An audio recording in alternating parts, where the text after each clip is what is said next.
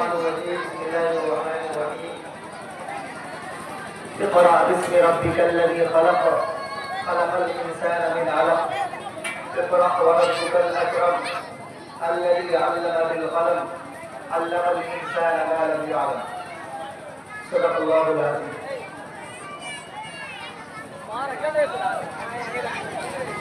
وہ معزز تھے زمانے میں صاحب قرآن ہو کر اور ہم کھاد ہوئے تاریخ قرآن ہو کر. محترم و معزز سامعین کرام، میرے نوجوان ساتھیوں اور پردہ نشین میری مائیں اور بہنیں، ماشاءاللہ مکتب ام حبیبہ کے تحت یہ پروگرام عصر کی نماز کے بعد سے غالباً ابھی تک چل رہا تھا، اور اس مکتب کے بچے اور بچیاں طلباء طالبات بہت ہی عمدہ انداز میں اپنی صلاحیت اور اپنی تعلیم و تربیت کا جلوہ بکھیر رہے تھے، اور ہم سب ان کے نعت، تلاوت، تقریریں اور دیگر محاضرات سے مستفید ہو رہے تھے، محظوظ ہو رہے تھے. یقیناً چھوٹے چھوٹے بچوں کے لیے اپنی سیکھی ہوئی بات اور کہی ہوئی بات اور اساتذہ سے حاصل کی ہوئی بات کو بڑوں کے سامنے، آپ حضرات کے سامنے، ان علماء ربانیین کے سامنے اپنی زبان سے اتنی مجمع کے سامنے ادا کر لینا یہ بہت بڑی بات ہے. اور واقعی میں اسی مکتب سے نکل کر کوئی بچہ حافظ بنے گا، کوئی عالم بنے گا، کوئی قاری بنے گا، کوئی مفتی بنے گا، کوئی قاضی بنے گا، اور انہی بچیوں میں سے نکل کر کوئی عالمہ بنے گی، حافظہ بنے گی، قاریہ قرآن بنے گی، اور نہ جانے دنیا کے کن کن عہدوں پر اور دین کی کن کن عہدوں پر فائز ہوگی. یہ ہمارا رب بہتر جانتا ہے. اس لیے ہم نے بغور سنا اور بچوں کی حوصلہ افزائی کی. الحمدللہ تمام بچے اچھے انداز میں اپنے اپنے جو مفروضہ ان کو اور یاد کرایا گیا تھا اس کو پیش کیا. ایک بات ذہن میں رہنا چاہیے کہ یہ تربیت گاہ تعلیم گاہ ہے. تربیت گاہ اور تعلیم گاہ، دانش گاہ کے اندر وہی چیزیں ہونی چاہیے جو تربیت کے لائق ہو، تربیت کے زمرے میں آتی ہے. کہیں ایسا نہ ہو کہ کوئی ایسی چیز سرزد ہو جائے جو تعلیم گاہ اور اس دانش گاہ کے مخالف ہو جائے. یہ چیز ہمیشہ اپنے نظر میں ہمیں رکھنی چاہیے، اور اگر کوئی اس پر اشارہ کرے تو غور و فکر سے بھی کام لینا چاہیے. ابھی میں نے آپ حضرات کے سامنے قرآن کریم کی ایک آیت تلاوت کی ہے جس کا تعلق علم سے ہے. وہی علم جس سے جہالت کافور ہوتی ہے اور علم و عمل کی روشنی پھیلتی ہے. دراصل اللہ کے نبی صلی اللہ علیہ وسلم نے فرمایا کہ علم کا حاصل کرنا ہر مسلمان بچے اور بچیوں پر ضروری ہے. اسی ضرورت کے تقاضے کے پیش نظر ہر جگہ، ہر محلے میں، ہر گاؤں میں اور ہر بڑی جگہ پر اس طرح کے مکتب کا انعقاد کیا جاتا ہے، اور ایک مکتب کا قیام عمل میں آتا ہے تاکہ بآسانی بچے اور بچیاں یہاں آ کر تعلیم حاصل کر سکیں. یہ اسی کی ایک کڑی ہے. الحمدللہ اس کے جو ذمہ دار ہے دونوں امام ہیں، امامین، ایک جو ہے جامع مسجد کے امام ہے اور ایک جو ہے چھوٹی مسجد کے امام ہے. میں اس کا صحرا اور مبارکباد پیش کرنا چاہتا ہوں کہ الحمدللہ بڑی تعداد میں اور ایک قصبہ کے اندر رہتے ہوئے انہوں نے بچوں کو بہترین انداز میں اور اپنی امامت کے فرائض کو انجام دینے کے ساتھ ساتھ مکتب کے اندر بہترین پڑھنے لکھنے کا انتظام کیا اور بچوں کی دینی تعلیم کا انتظام کیا. اللہ تبارک و تعالیٰ انہیں پوری امت کی طرف سے اور تمام علاقہ والوں کی طرف سے جزائے خیر عطا فرمائے. تعلیم بہت بڑی دولت ہے. یہ تعلیم اتنی بڑی دولت ہے کہ اس دنیا کے اندر ہمارے اور آپ کے حبیب محمد مصطفیٰ صلی اللہ علیہ وسلم کو جب نبوت ملی تو آپ کو سب سے پہلے جس چیز کا حکم دیا وہ تعلیم کا حکم. اللہ کے نبی صلی اللہ علیہ وسلم جس دور میں مبعوث ہوئے اس دور میں آپ جائیں گے، تاریخ کی ورق برداری کریں گے تو آپ کو معلوم ہوگا کہ اس دور کے اندر جہاں ایک طرف قتل و غارت پوری پھیلی ہوئی تھی، فساد، ظلمت، بنیادیت، بے حیائی، شراب نوشی، زناکاری، فحاشی، بنیادیت کا جنازہ نکلا ہوا تھا، ہر طرف پرفتن اور پرآشوب دور کی فضائیں گونج رہے تھی، در و دیوار سے شیطان و رجیم اور اس طرح کی ملعون چیزیں اور وہ آوازیں گردش کر رہی تھی۔ ایسے وقت میں آقا دو جہاں صلی اللہ علیہ وسلم کا ظہور ہوا اور آپ کی بعثت ہوئی، تو آپ صلی اللہ علیہ وسلم کو یہ نہیں کہا گیا کہ آپ شراب کو منع کر دیں، آپ جوا کو منع کر دیں، آپ زناکاری کو منع کر دیں، بلکہ سب سے پہلے جس چیز کا حکم آیا وہ علم کا، اقرأ بسم ربک الذی خلق، پڑھیے اپنے رب کے نام سے جس نے پیدا کیا۔ اس لیے کہ اللہ رب العزت کے علم میں تھا کہ جب علم آئے گی خود بخود جو ہے جہالت کافر ہو جائے گی، جب علم آئے گا تو زناکاری ختم ہو جائے گی، جب علم حاصل ہو جائے گا تو شراب نوشی ختم ہو جائے گی، جب علم آ جائے گا تو قمار بازی اور جوئے کی جو لت ہے، جو ان کی مٹی کے اندر کی شراب نوشی، یہ سب کے سب ختم ہو جائے گا۔ آخر ہوا بھی ایسا، سب سے پہلی جو مکتب صفا کی شکل میں مسجد نبوی میں سب سے پہلا مدرسہ تھا، اللہ کے نبی صلی اللہ علیہ وسلم اس کے سب سے پہلے معلم ہوئے اور وہاں سے مدرسۂ رسالت سے ایک عظیم جماعت تیار ہوئی، جنہوں نے پوری دنیا کے اندر رشد و ہدایت کو لے کر پھیلایا اور پورے عالم کے اندر جو ہے اسے نبوی سلسلے کو پھیلایا اور عام کیا۔ یہ تعلیم اللہ کے نبی صلی اللہ علیہ وسلم نے فرمایا ہر مسلمان مرد اور عورت پر ضروری ہے، اتنی تعلیم ضروری ہے کہ جس سے حلال و حرام کی تمیز ہو سکے، حلال و حرام کی تمیز ہو سکے، روزہ نماز کا علم ہو سکے اور جو دیگر احکام ہے، حدود ہے، ان کی پابندی ہو سکے۔ آج کل جہاں بچوں کی تربیت ضروری ہے، اس سے کہیں زیادہ بچوں کے والدین کی تربیت ضروری ہے، بچوں کے والدین کی تربیت ضروری ہے۔ ابھی آپ نے دیکھا کہ بڑی تعداد میں ہماری بچیاں بھی جو بلوغت کے حدود کو پہنچ چکی ہیں، وہ بچیاں بھی تعلیم حاصل کر رہی ہیں الحمدللہ، اور بڑی تعداد میں ہے، اور یہ سلسلہ ہر مکتب کے اندر، ہر مدرسے کے اندر چل رہا ہے۔ بڑے بڑے دارالبنات بھی قائم ہیں جہاں بچیوں کے تعلیم کا نظام قائم ہے، لیکن اس تعلیم و تعلم کے ساتھ ساتھ تربیت بھی ضروری ہے، اور یہ تربیت جہاں مدرسے کے اندر، مکتب کے اندر اساتذہ دیں گے اور استاد دیں گے، وہیں ساتھ میں والدین کی تربیت بھی ضروری ہے، لیکن والدین تربیت اس وقت دیں گے ماں باپ جب ان کی خود تربیت ہوگی۔ یہاں تو ہمارے ماں باپ کا حال یہ ہے کہ بچہ جب مدرسے سے، مکتب سے گھر پڑھ کے جاتا ہے تو اس کے بارے میں کتاب کا کوئی پتہ نہیں، سبق کے بارے میں کچھ پوچھنا نہیں۔ ہاں وہاں پوچھیں گے ضرور، اسکول کے اندر جب بچہ صبح کے اندر اٹھے گا، اٹھنے سے پہلے اس کو اٹھائیں گے،